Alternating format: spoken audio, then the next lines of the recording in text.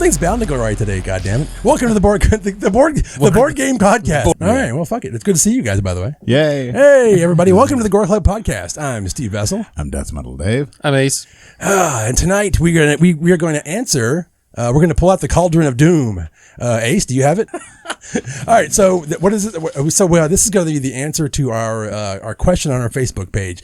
And if you're on our Facebook page, it's the Gore Club podcast. Facebook page. The Facebook page. It's pretty easy to find. You just type in Gore Club podcast, it comes up. Yeah. Earlier in the week, Ace put up a little questionnaire Of what movie we should watch So- and review next. And we got a lot of comments, and I hate some of you depending on what we pull out of this. We got like over almost 200 comments on this, so that's cool. We did not put Steel Magnolias in the bucket. Yeah, I left that one out. Sorry, Sorry, people my who wife's wanted friend. What the fuck is wrong with you all? So I found this vintage McDonald's ghost bucket in the walls of my house, cleaning it one day. And I was like, holy shit. That's just definitely haunted. It is. It's fucking Yeah. great. So you want to go ahead and pull this? Okay. Hello. Get them nice and... Oh, that sounds good on microphone. Sounds like an ASMR video now. ASMR. We're doing this live so people think do we're it. not like choosing our favorites. We're literally choosing. Doing a mukbang here. And if this thing sucks, it's Just all your grab all's one. fault. If this grab one. sucks, it's your all's fault. Not looking... Okay, this better What be is it? fucking good.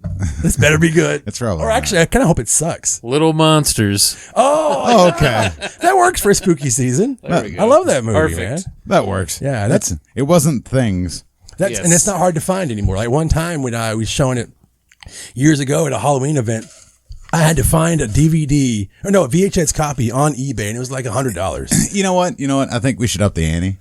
I think we should each have to pull one movie. I hate. Yeah, okay, bring the pot here. Why? Come here, Steve. Draw a movie. This is what you got to watch. Just whatever. Just grab one. I'm trying. There's multiples. Okay. And What the fuck? I can't even. The happiness of the Cataurus? I don't know. Cataurus? That was written on there, the happiness of the Katakuris. I don't know what I don't know what that great, is. Great. This is your idea, man. I got Slacks. Slacks. Oh, that movie, by the way, if you haven't seen Slacks, it's on Shudder, I think. Oh man. And I just chose it on a whim this week, and I made Katie watch it, and I was like, this movie's really good. And violent and gory. Movie about killer pants. Yeah, it's All right. it's great because like a really good statement on the fast fashion. We've of done our today. civic duty, and we didn't draw the movie Things, so I'm happy. Oh, thing. Looks like I win this drawing. God, yeah, great. get the So are we going to happiness of each the have to fucking like? categories. Okay, we'll figure this out later, bastards. So tonight we have a fantastic guest. We are bringing back onto the podcast, and I'll do a glamorous introduction to you. I pulled out my tablet, and it goes like this. Nate Ragon, you've been costume consultant on the last two Scream films. You are part of the new wave of horror movie screen use prop collectors. You've been integral to the creation of the definitive horror film documentaries like The Unknown Dimension, The Story of Paranormal Activity. You were part of the team to create the first fan convention at the original Stu Macher House from Scream. And most recently, you have jumped dick first into creating board games based on some of our favorite horror films. Welcome to the show. Thank you. Thanks for having me. Epic intro. So welcome back, man. Thanks for having me. I'm glad to be back. Hell yeah. So this is, where do we even begin with this? You and Anthony Masi started Stop a Killer, is it .com or is it just like Stop a Killer Games? Tell us about how this all started. Well, Anthony and I were working with the producers of the original Silent Night, Deadly Night on some other projects, including the reboot remake that is still in the works. And they have a unique licensing situation where they basically own everything, which is it's not common. A lot of times it's, you go to Universal and you want to do like a Jaws board game or something.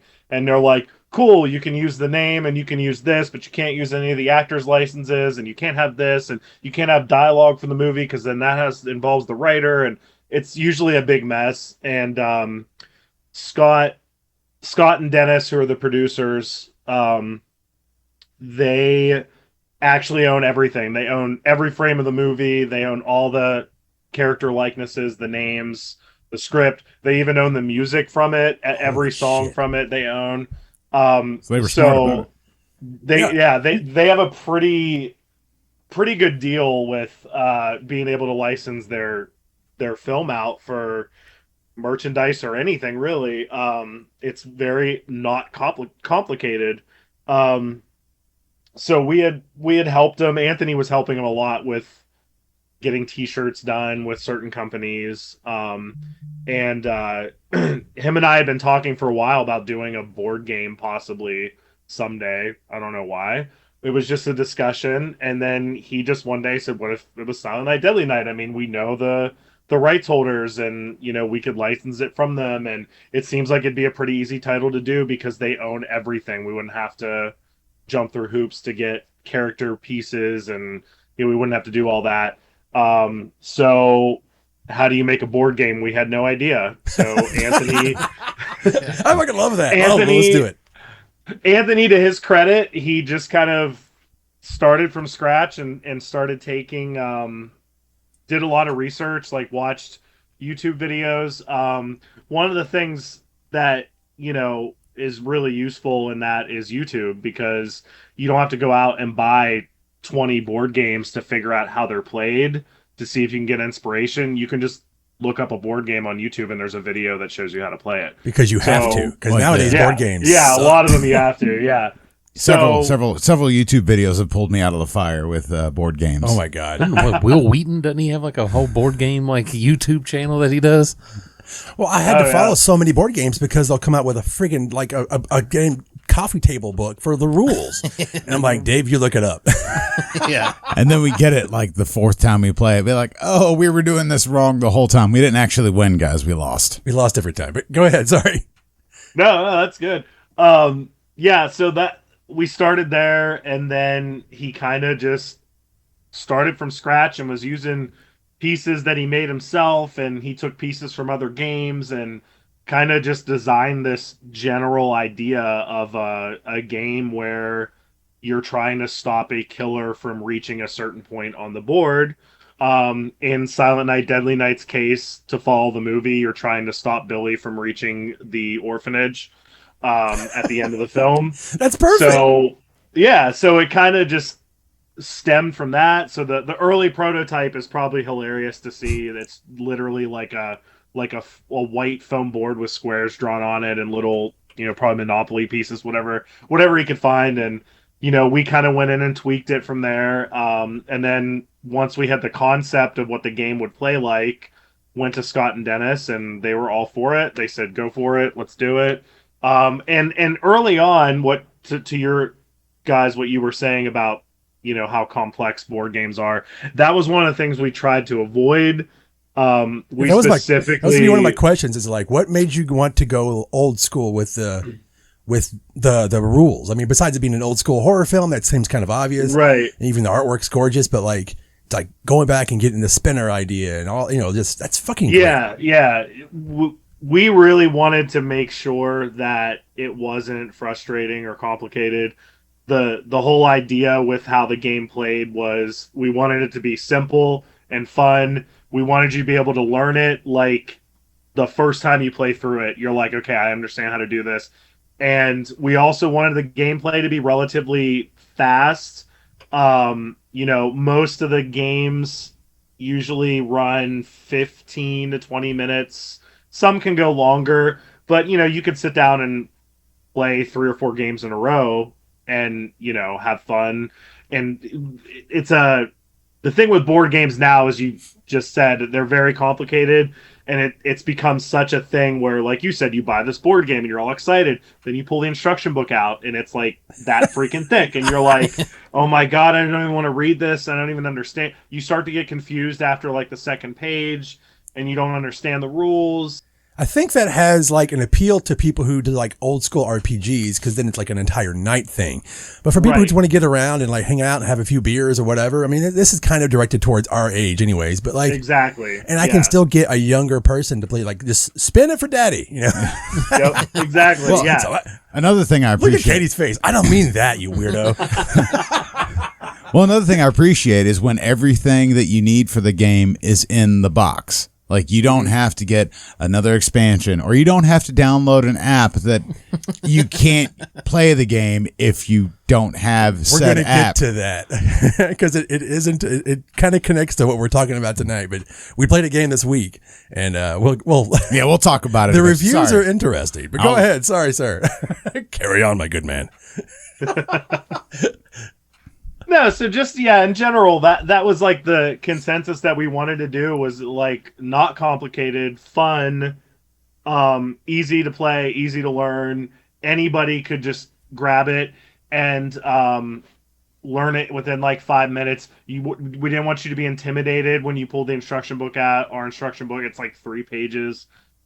Super simple. Anthony did a video literally like breaking down like this is exactly how you play the game.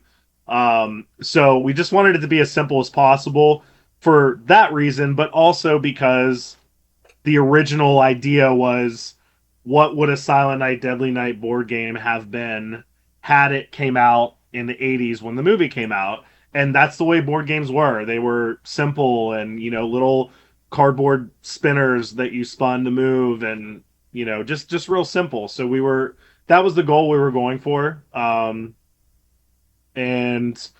once that game came out, it was super. We did a Kickstarter for it. It did really well on Kickstarter, and people really seemed to like it. It got really good reviews, and people were already asking like, "Oh, when are you going to do another game?" And we were like, "We didn't even know we would ever do one game, so I don't know." So we basically got the idea that maybe this version of our games is a series.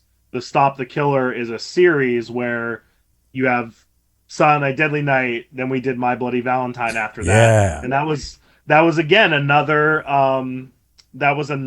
case of we didn't really know what we were in for, so we reached out to the rights holders. And we got lucky because they were like, guess what? We own everything. Oh, my God. You can use it all. So it was the same scenario. So we got really lucky with that. Is that maybe because they were independent films when they first both those films were like recreated? I think so. Yeah, I think so. Like these weren't Universal movies until like they may be like released by like these other studios, but that's a release thing. That's a distributor thing. Right, it's not the person who owns the rights. That's awesome. Yeah. I love all the pieces that come with it too. They look really great with like the Madame Mabel's laundrette little bag and like Ira's toys and like all the little pictures. Like it's all like perfect and like just super like nostalgic looking at it. Yeah. Going to the website and looking at your all's just how you have everything set up and just the images that are on there, that just sells it automatically to me. So I want to talk about how you guys partnered up with Fright Rags before we go on. Because they're pretty important in this whole thing. Yes. Especially when it comes to the marketing. Yes, absolutely. So pretty much, like I said, we had the initial game that Anthony created, the prototype, which was literally just Sharpie on a blank board.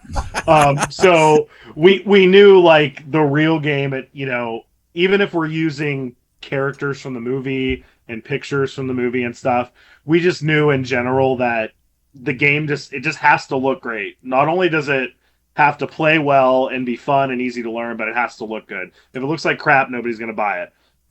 Yeah, the artwork looks amazing. Yeah. So we went to Fright Rags because they have amazing artists, as you know, and really we're kind of inquiring about like, hey, like, would you guys want to do the artwork for this? And came to find out Fright Rags had already been looking into possibly doing board games at some point, but they hadn't really got it figured out yet. So that kind of formed a partnership. And we got to do, they got to do all the art and design the board and everything. And it's carried through. We were able to do My Bloody Valentine with them, Halloween 2. They already had the license for Halloween 2 for all the shirts and stuff that they do. So they just kind of went back and included board games into their license, added that to it. So we were able to do Halloween 2, that was completely different experience. Cause that again, now you're dealing with the studio, you're dealing with Universal. So that was our first kind of like, oh, this is how it's going to be with titles like this. That was where, Yeah. and Universal was great. They were actually, they were super easy to work with. It wasn't them that made anything frustrating. It was just the legalities of everything. It was like, you can't show any of the actors' likenesses. You can't use any of that. You can't use specific dialogue from the film. You can't do this. There was a lot of stuff you couldn't do. So we had to get creative to kind of make it match the other two games. Yeah, I was going to dig into the newer games towards the end, but let's do that. You have Halloween 2 coming out. Is that still in Kickstarter, or are these been funded yet? Because you have Halloween 2 and you have Ghostface. Yeah, Kickstarter. The Kickstarter for Halloween 2 is over, but you can still go into they call it the Pledge Manager, and you can still purchase it. So that's physically not out yet. You can still order it. You can still pre-order it. And then Ghostface, the Kickstarter for that launches in October. Okay, that works, because I was going to ask. So your all's mission statement on your website, the first thing it says is like, Stop the Killer Games doesn't operate as a traditional online retailer, ... At least not yet. Explain that statement to us, because I know what it means, but maybe not everybody else understands. And I love it, by the way. So pretty much right now, we're literally just direct to consumer with everything. Like, none of our games are in stores. I think we have some games in like Dark Dells and Hollywood. I'm sure he's got some for sale there, but we haven't crossed that barrier yet, where our games aren't in Target and Walmart and stuff like, or Spirit of Halloween. That's a whole other thing too. We have looked into it. It's possible. I'm sure it's something we want to do eventually. But even as the games that we've already done, they're already finished and ready to go. If you want to, when you sell direct to consumer, there's less like things you have to go through to do that.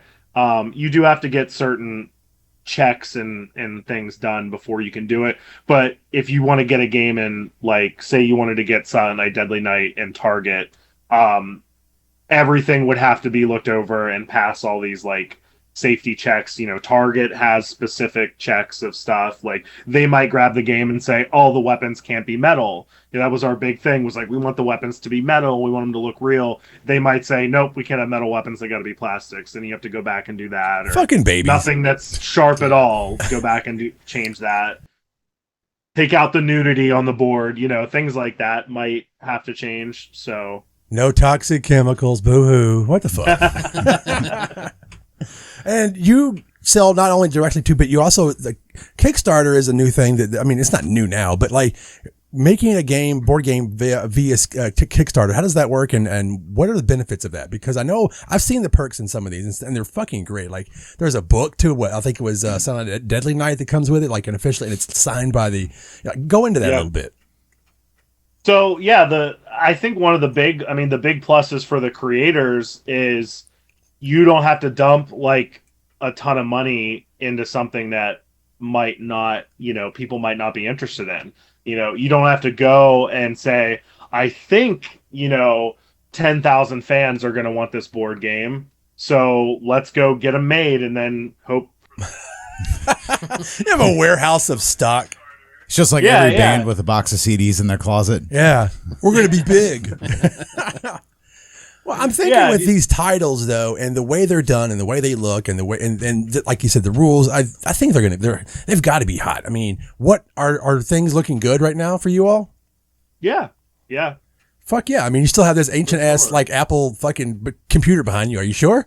That's my old TV VCR combo. That's how I watch. No shit. That's how I watch my VHSs in here. Oh, that's awesome. No, it looks like a fucking like the old Commodore with the old Tandy. Yeah, this is a Texas Instrument. You've got dysentery. I saw that on Facebook Marketplace a couple years ago, and I was like, "Oh my god, I have to buy that from this lady." It's like $10. She still had the remote for it and everything. That's awesome. You're selling this for $10? You don't even understand. Well, I mean, that's actually maybe a good somebody. We're talking about like the fandom that creates these things. Like, you are a collector of screen use props. I know that you have some Silent Night, Deadly Night stuff that makes me want to break into your house. Talk about this. And don't tell anybody your address. So Yeah, I mean, Silent Night, Deadly Night, it's one of my favorite slashers of all time. It was just, I don't even know where to start with that. Like, I like that. when I was too, when I was too little for sure to see anything like that. Wait, I'm talking like 4 or 5. That's the movie that I remember in the video store because you go into the horror section and you're a kid, so your eye goes to Santa Claus, of course. Then you notice the box is like huge. It's in this like giant like porno size box, and it's like, what You're not is supposed this? to know that at 5. Right. And then you look at the back of it. I remember looking at the back, and it's just words. I'm like, oh my god, it's so bad they couldn't even put pictures from the movie on the back. Like, there's not even any pictures on the. This is like, I have to see this someday. So of course I did see it, and I was still probably way too young to have seen it when I saw it. But I just loved everything about it, and still to this day, I think it's one of the better like slasher movies of the 80s, and I think it's actually a really good movie. Like, yeah, it's corny in a lot of parts, and there's a lot of parts that are not supposed to be funny that you laugh at, but I think the story, that original script was like amazing. I think That's so cute. You're not talking about Linnea's boobs. That's so nice. Bullshit. That was amazing also. I mean, yeah, it's really sure. deep and all these things. Dude, everybody remembers the boob part. Yeah, now when you're older and you watch it, you're like, God damn, I wish I had those toys. I could retire today. I know. The toy store. Yeah, the toy store. Oh, my God. Yeah. Valuable toys in there. I used to have that same thought, too, when I would look at the back of the box. If there were no pictures on the back, I was like, this movie's so scary, they can't even show you a picture of one shot of the film. It must be great. Yeah, and in the toy store, like you said, like, holy crap, because that wasn't even a toy store. That was a empty building that they set up as one. So they went out and bought all those toys to make it look like a toy He-Man, store, like Star Wars, all that stuff. If those producers had only held on to that. Yeah. And we did an episode on Silent Deadly Night franchise last December, and we talked about like there are costumes on the wall that I have never even seen in real life. They're like old Ben Cooper masks and stuff. I'm like, and they decorated that entire store to make it look that kick ass. Where did all that go? I would love to know. Now I know you own a couple of screen used props, so don't you, of that film? I have one. God damn it! What is it? It's a major one. I will totally edit us out if you can go grab it. It's right behind me. Fuck yeah! I want to see it. I want to see it. All right. I won't even introduce it. I'll just show it to you. This is how I actually learned about Nate Ragon before we ever connected and talked about things like Scream, is because I saw an old YouTube video of him, and he must have been 100 pounds thinner. He was a little bitty kid wearing like a fucking, he looked like Gomez Adams with like a little beanie, and he was talking about Scream stuff, and he had all this kick-ass shit, and now he's got this. Let me see it. This is Billy's axe. Oh, shit. That's awesome. Oh. That's it. That's the one. Holy shit, man. Little damage on the end, but Oh, no. Punish. But this is it. I actually just recently got to Zoom with Robert Brian Wilson, who played Billy, and the producers hooked me up with him because they know that I have this now. And they're like, we didn't tell him what you have. So I've never even spoken to this guy in my life, never met him. And I'm like, I'm going to talk to Billy. Oh my God. Like, teenage me was like, holy shit, dude, I'm fucking going to Zoom with Billy from Silent Night, Deadly Night. Nicest guy ever. Just talking to me. He's like, all right, well, the producers told me what do you got? I'm excited to see. And I didn't even say what it was. I just held it up. And his eyes and his jaw dropped. And he goes, That's it. That's the one. Oh my God. He's like, that was my best friend during filming. He's like, I held that all the time. He's like, that was my buddy. And I was like, here it is. It's still around. I know. It's like Aragorn's horse. It's like, holy shit. And it's amazing. Like, so many people didn't like try to take or like props from the film, like the sets, and take it. I mean, and you have it. I looked everywhere. I've searched for anything from that movie for years and never found anything. The only other thing I've ever seen was somebody has his like beard from his costume. How the hell do you even say like, I've ever seen? Yeah, how do you tell like, oh, this is the real beard? It's like, man, it looks like a million beards that were created that time. Exactly, but that axe is extremely specific. Yep. And I actually had it authenticated by the prop master. Oh, wow. So I got to speak to him after I purchased it. Probably should have spoke to him before. But yeah, no, he's like, that was it for sure. He said there were two. There was this one, which is rubber, and it was the main one. And then there was the real one that was metal that was barely used for safety reasons. And I was like, of course, I'm like, where's the metal one? And he was like, I have no idea. He's like, dude, that was so long ago. Just in case. Yeah. I was like, do you don't happen to know where that one is, do you? He's like, no. Yeah. So I know that you work with different people, like doing, like the people that will like, you know, they'll make props, they'll make casts of your stuff, you know, and hopefully you get a piece of that. I know, like Burkbench and all those kind of people, like you have so many original things that you'll loan out or ship out, which by the way is probably terrifying to do. And then especially Burkbench, because that's like in the UK, I think. And then, they'll make molds of whatever you have. And then like, are you planning on making, or has anybody approached you about that? Or are they already have? Well, we're making thinking, like molds and selling like, you know, replicas. Yeah. We're thinking about, because we, you know, are close with the producers who they have the rights, again, the merchandising rights, they're the ones that would okay it. Right.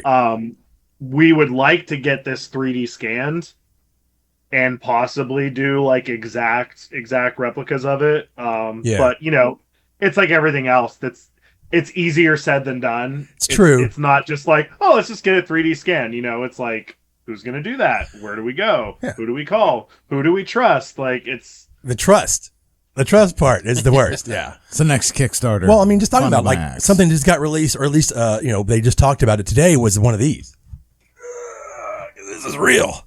Is the old Texas Chainsaw Massacre, the you know, the 306A pull-on chainsaw from the original film. This is not the original one. I see your face. But this is a real one. And was it Trick or Treat Studios is actually putting out replicas that actually move and have sound. You know, it's made out of plastic. But I mean, these finally, people like other than somebody like me who's going to go dig in some redneck's yard is actually going to have access to something that's almost just like this. How long did it take you to find one of those?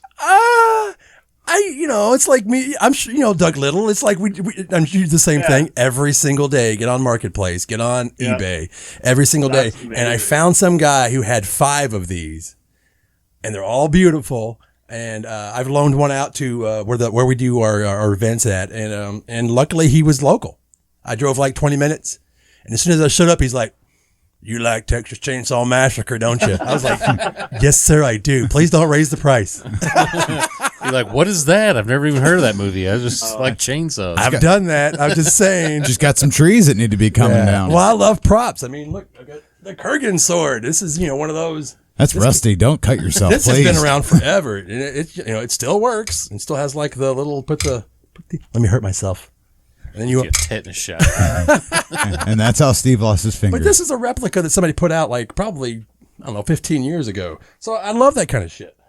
Well, and you never know. You might, if you start looking on Marketplace for that chainsaw, you might find the real one that was used in the movie. Yeah. As you know, the famous story that Tobe Hooper kept the chainsaw and he had it in his parents' garage for years, and they didn't know it was the one from the movie. And one day they cleaned the garage out, they set it on the curb, and someone took it. Jesus before Christ. The trash. They didn't go to the trash, but somebody drove by and was like, "Sweet chainsaw," took it. Had no idea what they took. Wow. It's just in somebody else's garage now. That makes me sad. Can you talk about any future projects? Any future dream projects you maybe have on the thing, or you just want to keep that in your brain for the game, for future games? I'm trying to think. I mean, obviously there's so many titles that we would like to do. But we're also trying to expand past the Stop the Killer thing. Like, we always want to keep that as like a series with our games, where, because the idea behind basically doing the same game, we do make changes. You know, we change the rules up. With Ghostface, there can be like up to 4 killers, and while you're playing, you could all of a sudden become a killer. So that's different. Awesome.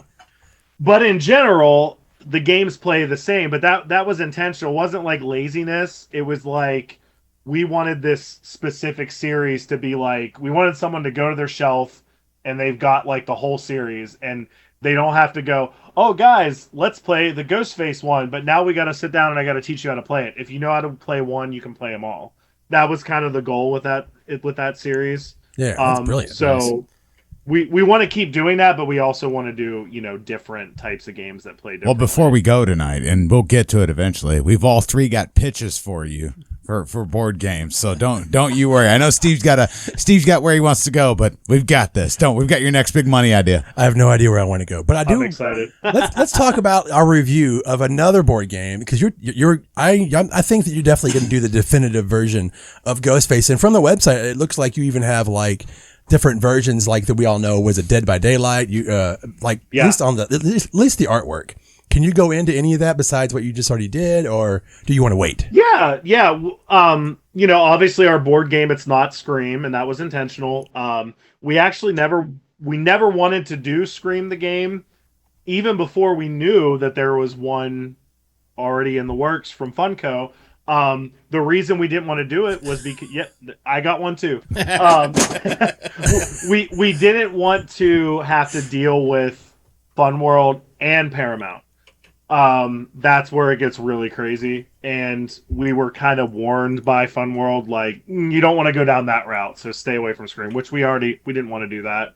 But we really wanted to just do Ghostface the game, because then also you're not tied to like a storyline. You can come up with whatever you want. So we came up with this concept of like, a killer in a small town, and there may be multiple, and they're all wearing different types of the Ghostface mask. Really wanted to show like the different variations and talk about the history of Fun World. We wanted to include kind of that in the game. And it was a good way to get, 8 different versions of the mask in there. So we really wanted to have fun with it. We actually, one of the versions of the killer that we put in the game is a mask that was never released by Fun World, but they designed it. It's called the Oil Slick Mask. Okay. And we saw the proto. You look at an oil on the ground and the light hits it, and it's like almost, does crazy things. It's the monster from Creepshow too. Yeah. They designed a mask that does that, and it looks insane. It's shit! Black and dark, but it shows off different colors. And this was years ago. They designed it. They had a couple prototypes made, but from what I understand, none of the major retailers were interested in it, so it just kind of went away. Well, we wanted to resurrect that. We're like, can we put that in the game? They're like, absolutely. So we have the Oil Slick mask that's never been released in the game. It sounds like y'all got the Ghost-faced extended universe going on now. So exactly. Who knows? Sounds pretty good. They'll be contacting you. So Dave's he always has the question at the end of the game, but he's changed it a little bit. We won't go to that, but let's talk about this fucking game real quick. I think we should talk about this because I played this other Scream game, and the number one pet peeve that I said was not everything's in the box. You have to download this app. What if I'm at a party and everybody's like, let's play Scream, and all of our phones are dead? Jesus, man, you're in a horror movie already, dude. It's a lame party. It is a lame party. We're not listening to music at all. I'm sorry. But maybe they got records, dude. We're old. Sorry. Yeah, we tried to play it Friday, and it's just like it was too hectic. It didn't seem like we were having fun at first. And It took a while. It took a while, but the thing is you have to.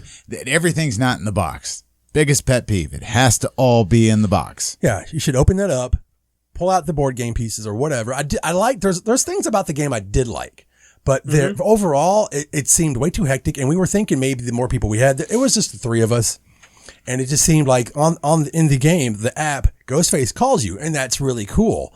But instead of it like being a timer or buzzers like old school gameplay might have been, it's updated, and instead of like like a VCR game like Nightmare or Atmosphere, which is right behind Ace over there, you've got the app. I kind of appreciate that a little bit, and it's a phone and it incorporates that, but at the same time, it's so fucking fast. And with 3 people, it's just like Yeah. Well, but one of the things about having an app that's required for your game is in like 10 years, that game's going to be useless because that app's not going to be in the App Store anymore. I never thought about it. Probably less than that, yeah. So, I mean, you won't even be able to play the game. So it's done. It's You're saying they should have made it more like Dream Phone. It should have been like Dream Phone. This is bullshit. See, that would have been awesome. If it was like Dream Phone, it came with the big phone. Came with the big phone, and it would ring every so often, and you had to pick it up. Sure, it would have cost more, but that would have been awesome. Like Ghostface is like, I'll be seeing you later. Oh man, I don't know. We had actually talked about, the possibilities of including an app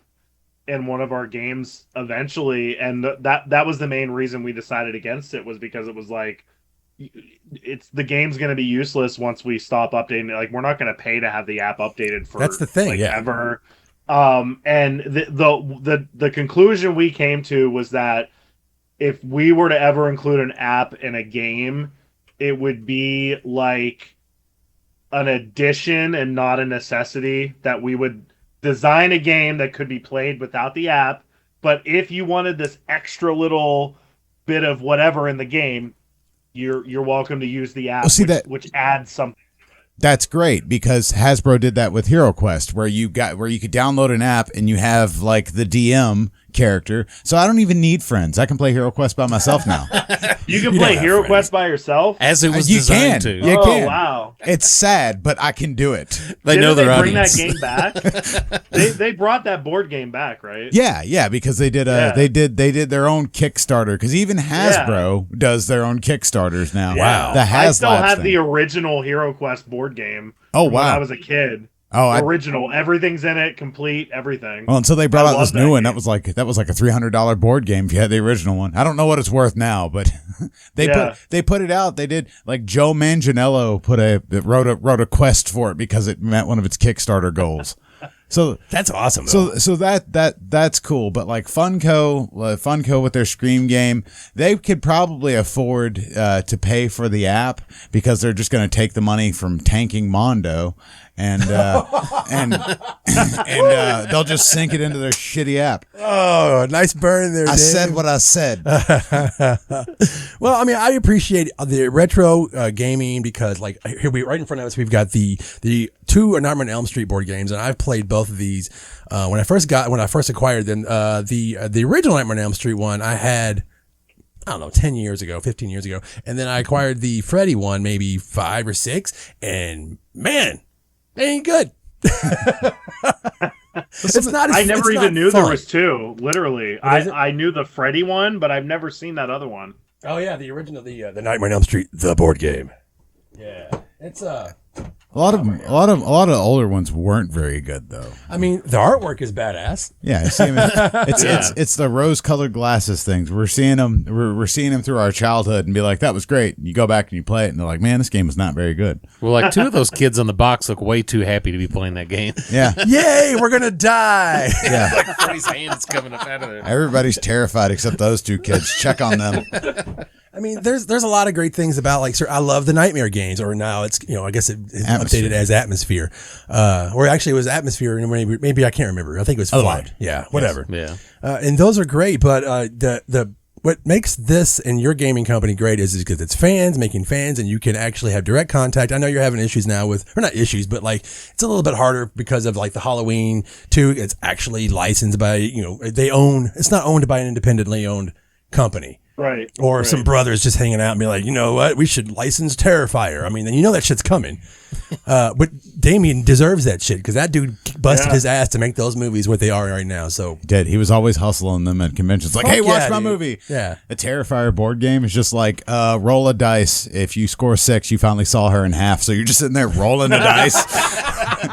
It's just like the movie. I feel like the Terrifier board game would have to be like messy. Like there would have to be a risk of you getting splattered with actual like fake blood or something. It would just have to be over the top and crazy. Yeah, you have to like construct your own like Evil Dead the Musical, like the splatter zone. You push the wrong button. Yeah, it's like, exactly. Nuke 'em from RoboCop. You push the button. I don't know. Instead of like, it's like I don't know something. Like Don't Wake Daddy. Don't Wake Daddy. You motherfucker. Hand, like coming up out of He's taking my shit. Okay, you don't even know yet. Dave, you want to wrap this? I guess we can wrap this up. Thank you for coming on to the show. Yeah, absolutely. We're going to do a funny, goofy thing where we do a round table. And go ahead, Dave. This was my idea. So I told these goons to come up with a concept for a board game, and I gave them an example. I said, like, Chutes and Ladders with Ghoulies, or like Frankenhooker, but Operation. So we each are going to pitch you. We're each going to pitch you an idea, and you have to tell us which one's the best, okay? Yeah. And Steve's going to start. You're a dick. Why am I going to go first? Okay. Mine is simple. It's Don't Wake Daddy, but it's Friday the 13th, part 6. And it's Jason Voorhees in the cemetery. That's it. That's all I got. Well, that's pretty lame. But if you know the Don't Wake Daddy game, if you fuck up and wake Daddy in the little bed, he literally shoots up. Yeah, it's like, his hat flies off his head. It's like Ebenezer Scrooge hat. Instead of this one to be the mask. Yeah. And hopefully it hits you in the face because you suck. See that? that one sounds. Don't wake Jason. Yeah, don't wake Jason. All right, Ace. Mine was like a Giallo Clue board game.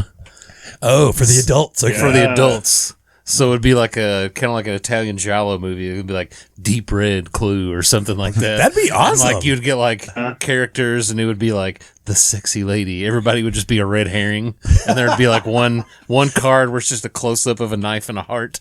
Oh, there's also another card where you flip it and it says throw a cat. Yeah. Oh yeah, because there's always a cat thrower in Italian films. Uncomfortable nudity. All right, Dave. All right, so mine is actually a two-parter, right? So it's Spooky's the board game, right? Oh, really? You don't even. Mama. You don't even. There's two different board games mixed together. Two different board games. You put them together, and you tell people this is what we originally intended on, and there you go. You can be whatever you wanted. It's like Monopoly and Risk. And I guarantee the people that own the rights to Spookies will sell it for cheap. Oh, God. Yeah, you're probably right. You're talking about Friday the 13th and Giallo over here. I'm digging the trash can out here. Yeah. All right, so which one? If you had to make one of these games, which would it be? Oh, shit. I think yours gets props for creativity for sure. Spooky's the board game. You're going to sell for 3. Sure. I think the most realistic possibility would be... Oh, I don't know. It's like telling him to pick his favorite child. I'd have to say the Giallo one, just because right now I know the Friday the 13th rights are still all... Oh, fuck. It's just a nightmare. Victor. They're all sorts of crazy right now for the merchandise. They got the movie stuff figured out, but the merchandising, it's a mess. Oh, I forgot about that. They're still fighting over that right now. All right, well, just in case if nobody listens to this, make sure on April Fool's Day you announce the Spookies board game. just put a bunch of random shit in a box. Oh, it's just a bunch of muscle, man. It's like we got a dice. You know, though, when you gave your idea about 2 different games as one, it gave me an idea. I was thinking, as soon as you said that, I was like, what about like a Creepshow type movie where there's 5 stories? You could do a Creepshow board game where there's like 5 different games. Oh, yeah. Yeah. And you could actually do a knockoff and just call it Anthology and have it in the Creepshow font and just fuck it. Because every story can be different. It doesn't have to be based off of like, know, Father's Day. Oh, shit. Well, thank you for coming on, man. This was fun. Absolutely. Yeah. Hopefully we can have you back, and we want to talk about, what was it? We wanted to do definitely a paranormal activity or a found footage episode with you. That'd be awesome, yeah. We had talked about that. It just never happened. Same with like bringing you back for the Scream 6, but things happen. You're busy. We're busy. You're way busier than we are, but yeah. I don't know. Well, thank you, man. Thank you for coming on. Thanks. Absolutely. Bye, everybody. All right. Thank you, everybody. You can catch us on Anchor FM, Breaker, Google Podcasts, Overcast, Pocket Cast, Radio Public, Spotify, Apple Podcasts, CastBox, Verbal.com, Facebook, OnlyFans. iHeartRadio, OnlyFans.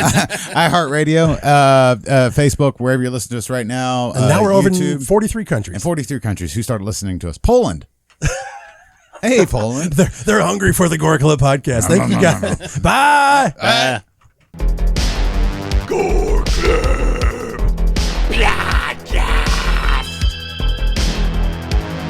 This is the Gore Club podcast with Steve Vessell, Ace, and Deathmetal Dave.